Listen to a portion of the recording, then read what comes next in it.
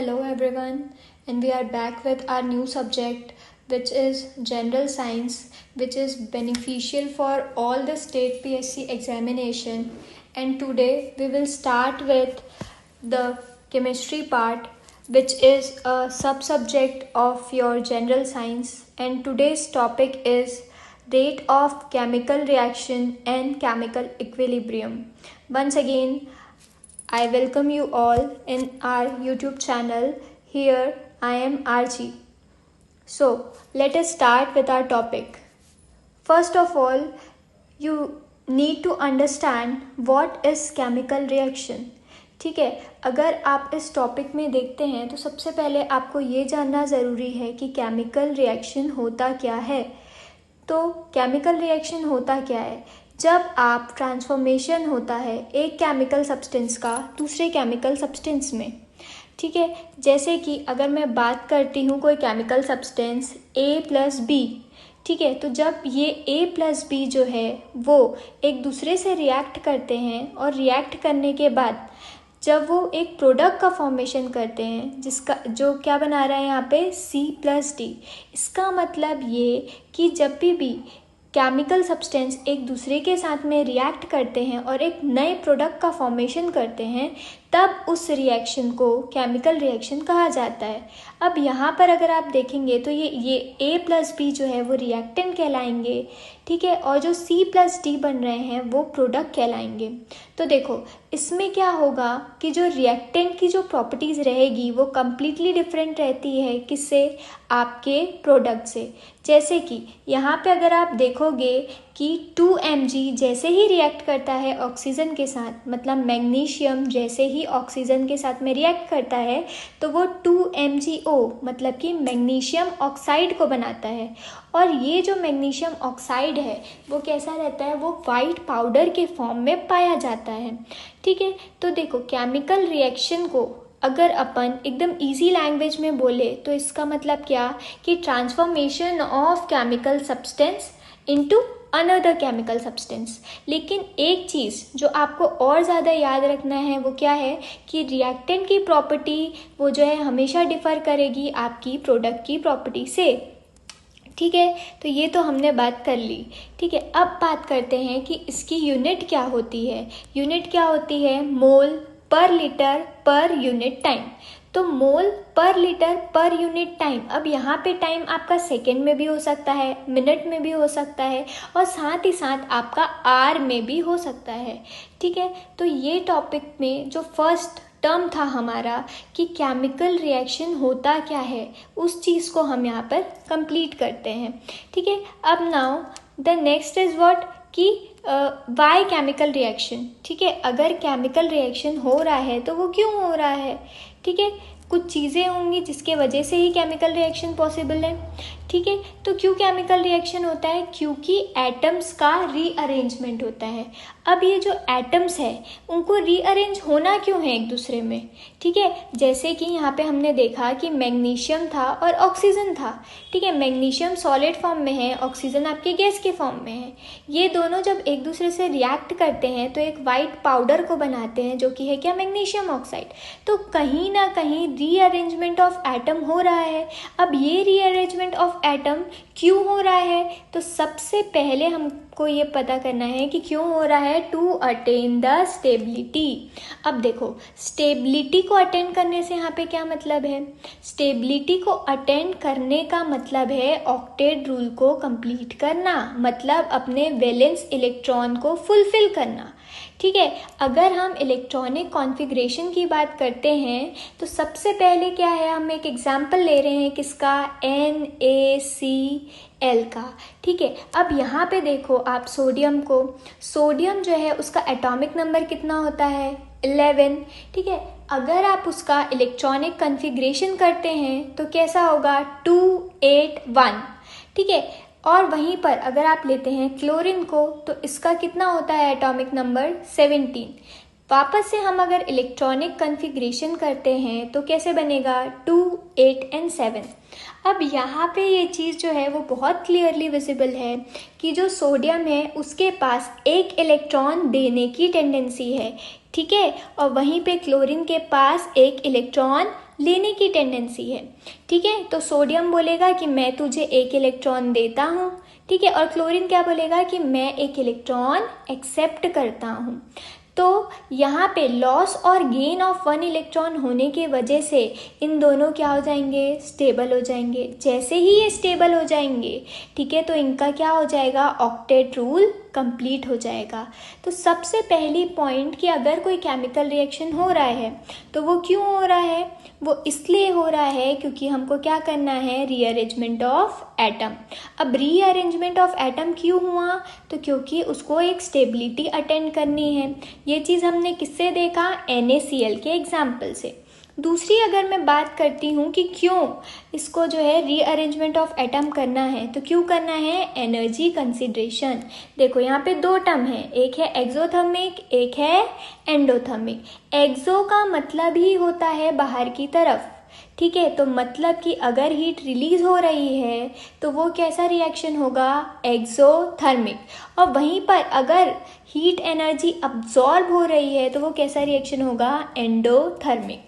अब देखो यहाँ पे आपको कैसे याद रखना है, एक्सो मतलब बाहर की तरफ, एंडो मतलब अंदर की तरफ, ठीक है। तो ये जैसे कि एक एग्जाम्पल अगर मैं दूं आपको, तो एक्सोथर्मिक रिएक्शन वो क्या हो सकता है आपका, कंबशन की प्रोसेस। कौन सी प्रोसेस, कंबशन की प्रोसेस। जो कंबशन की प्रोसेस होती है, ठीक है, बर्निंग ऑफ वुड वगैरह जो होता है वो क्या है, एक एक्सोथर्मिक रिएक्शन, ठीक है। क्यों, क्योंकि वहाँ से हीट रिलीज हो रही है। लेकिन वहीं पे एंडोथर्मिक रिएक्शन कैसे रिएक्शंस हो सकते हैं, जिसमें कूलिंग इफेक्ट होगा, जिसमें हीट क्या होगी, अब्जॉर्ब होगी, ठीक है। तो यहाँ पे अब देखो जो तीसरी चीज़ हम लोग देखते हैं वो क्या है, breaking and forming of bonds. मतलब कि ये कि बॉन्ड जो हैं वो बन भी सकते हैं, बॉन्ड जो हैं वो टूट भी सकते हैं, ठीक है। तो एक एग्जांपल हमने दिया H2 + Cl2, ठीक है, दोनों एक दूसरे के साथ रिएक्ट करके क्या बना रहे हैं, हाइड्रोक्लोराइड बना रहे हैं, HCl बना रहे हैं, हाइड्रोक्लोरिक एसिड का फॉर्मेशन कर रहे हैं। तो या तो बॉन्ड्स ब्रेक होंगे या तो बॉन्ड्स क्या होंगे, फॉर्म होंगे। तो अगर वो टूट रहे हैं या फिर बन रहे हैं तो वहाँ पर भी क्या हो रहा है, रीअरेंजमेंट ऑफ एटम हो रहा है, ठीक है। अब देखते हैं हम लोग नेक्स्ट क्या देख रहे हैं हम लोग कि फॉर्मेशन ऑफ न्यू सब्सटेंस, नए सब्सटेंस का बनना। अब अगर हम बोल रहे हैं कि नए सब्सटेंस बन रहे हैं तो वो कैसे पता चलेगा कि नए सब्सटेंस बन रहे हैं, उसके लिए हमारे पास क्या है, कुछ की ऑब्जर्वेशंस हैं। जैसे कि सबसे पहले है क्या, इवोल्यूशन ऑफ गैस का इवोल्यूशन होना। जैसे कि यहाँ पे अगर आप देखोगे जिंक और H2SO4, जिंक जो है वो सल्फ्यूरिक एसिड के साथ जैसे ही रिएक्ट करता है वो क्या बनाता है, जिंक सल्फेट और H2 गैस रिमूव होती है।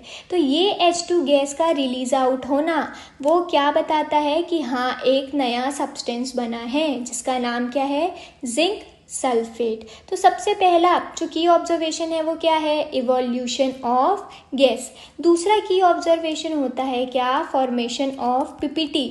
मतलब पीपीटी मतलब प्रेसिपिटेट। अब ये प्रेसिपिटेट क्या होता है भाई, ठीक है, तो प्रेसिपिटेट वो होता है जो कि एक टेस्ट ट्यूब में बॉटम लेयर में क्या हो जाता है, सेटल डाउन हो जाता है।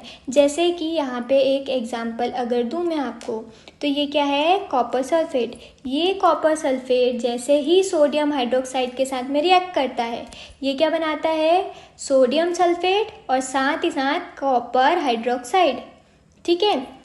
Na ने बोला कि Na और SO4 एक दूसरे के साथ में मिल गए और कॉपर और ऑक्सीजन OH हाइड्रोक्साइड एक दूसरे के साथ में मिल गए, ठीक है। तो ये रिएक्शन से क्या बना, एक कॉपर हाइड्रोक्साइड जो कि कैसा देता है, ब्लू पीपीटी। अब ये ब्लू पीपीटी जैसा ही फॉर्मेशन होता है तो क्या पता चल जाता है कि हाँ एक नया सब्सटेंस का फॉर्मेशन हुआ है, ठीक है। तो ये तो हो गई दो चीज़ें कि नए सब्सटेंस कैसे बना, पहले इवोल्यूशन ऑफ गैस, दूसरा फॉर्मेशन ऑफ अ प्रेसिपिटेट।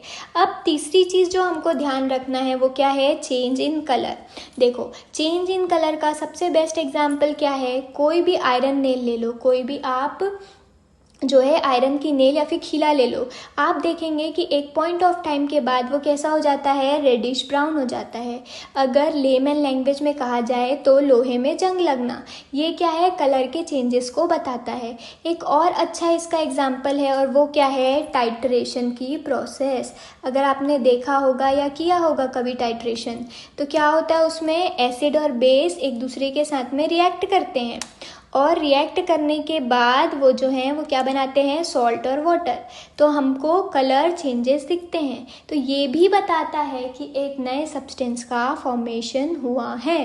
ठीक है, फिर उसके बाद हम लोग क्या देख रहे हैं, फिर उसके बाद है चेंजेस इन टेम्परेचर। मतलब कुछ रिएक्शंस ऐसे होंगे जिससे क्या होगा, टेम्परेचर राइज हो जाएगा। ठीक है, जैसे कि क्विक लाइम है, पानी के साथ में रिएक्ट करा तो क्या बनाया, स्लेट लाइम। कैल्शियम ऑक्साइड था, वाटर के साथ में रिएक्ट करके क्या बनाया, CaOH ट्वाइस बनाया। तो यहाँ पे क्या हो रहा है, टेम्परेचर बढ़ रहा है। कुछ रिएक्शंस में टेम्परेचर बढ़ते हैं और कुछ रिएक्शंस में क्या हो जाते हैं, टेम्परेचर फॉल हो जाते हैं। जैसे कि बेरियम हाइड्रोक्साइड जब अमोनियम क्लोराइड के साथ में रिएक्ट करते हैं, ठीक है, तो क्या बनते हैं, बेरियम क्लोराइड, अमोनिया और वाटर। तो कुछ ऐसे रहेंगे जिसमें टेम्परेचर बढ़ेगा, कुछ ऐसे रहेंगे जिसमें टेम्परेचर कम होगा। जैसे हुआ था क्या, एक्सोथर्मिक और एंडोथर्मिक रिएक्शन। अब एक आता है क्या, चेंज इन स्टेट। इसके बारे में हम पहले भी बात कर चुके हैं। देखो, चेंज इन स्टेट में आप एक और एग्जांपल ले सकते हो, जैसे कि वाटर का आइस में कन्वर्ट होना। ये भी क्या है, चेंज इन स्टेट है, लिक्विड से सॉलिड में कन्वर्ट हो रहा है। ठीक है, वहीं पे आइस वाटर में भी कन्वर्ट हो जाता है। तो चेंज इन स्टेट भी क्या है, एक आपका एक की ऑब्जर्वेशंस है। ठीक है, तो यहाँ पे हम जो है समराइज करते हैं एक बार चीज़ों को कि आज हमने क्या पढ़ा। सबसे पहले हमने पढ़ा कि व्हाट इज़ केमिकल रिएक्शन। ठीक है, जब भी एक केमिकल सब्सटेंस का दूसरे केमिकल सब्सटेंस में ट्रांसफॉर्मेशन होता है, ठीक है, उसको हम लोग क्या बोलते हैं, केमिकल रिएक्शन। या फिर आप बोल सकते हो रिएक्टेंट का प्रोडक्ट में कन्वर्ट होना, और प्रोडक्ट की प्रॉपर्टी कैसी रहेगी, रिएक्टेंट से कम्प्लीटली डिफरेंट। अब अगर केमिकल रिएक्शन हो रहा है तो वो क्यों हो रहा है, क्योंकि रीअरेंजमेंट ऑफ एटम चाहिए हमको, रीअरेंजमेंट ऑफ एटम्स होते हैं। अब ये रीअरेंजमेंट ऑफ एटम्स क्यों हो रहे हैं, क्योंकि सबसे पहले उनको स्टेबिलिटी गेन करनी है, अपने ऑक्टेट को कंप्लीट करना है। दूसरा, एनर्जी का कंसिडरेशन, कभी एक्सोथर्मिक रिएक्शन होते हैं, कभी एंडोथर्मिक रिएक्शंस होते हैं। तीसरा, breaking and forming of bond, कभी बॉन्ड टूटेंगे तो कभी बॉन्ड बनेंगे। ठीक है, फिर चौथा आता है क्या, फॉर्मेशन ऑफ न्यू सब्सटेंस, नए सब्सटेंस का बनना। अब ये नए सब्सटेंस अगर हम बोल रहे हैं कि वो बन रहे हैं तो कैसे पता चलेगा, सबसे पहले इवोल्यूशन ऑफ गैस, दूसरा फॉर्मेशन ऑफ प्रेसिपिटेट, तीसरा कलर में चेंजेस, और चौथा चेंजेस इन टेम्परेचर, कभी टेम्परेचर बढ़ेगा कभी टेम्परेचर कम होगा, और fifth one is change in state. ठीक है, तो ये रही हमारी आज की बात। नेक्स्ट क्लास में हम नेक्स्ट टॉपिक के टूवर्ड्स जाएंगे। ठीक है, थैंक यू सो मच।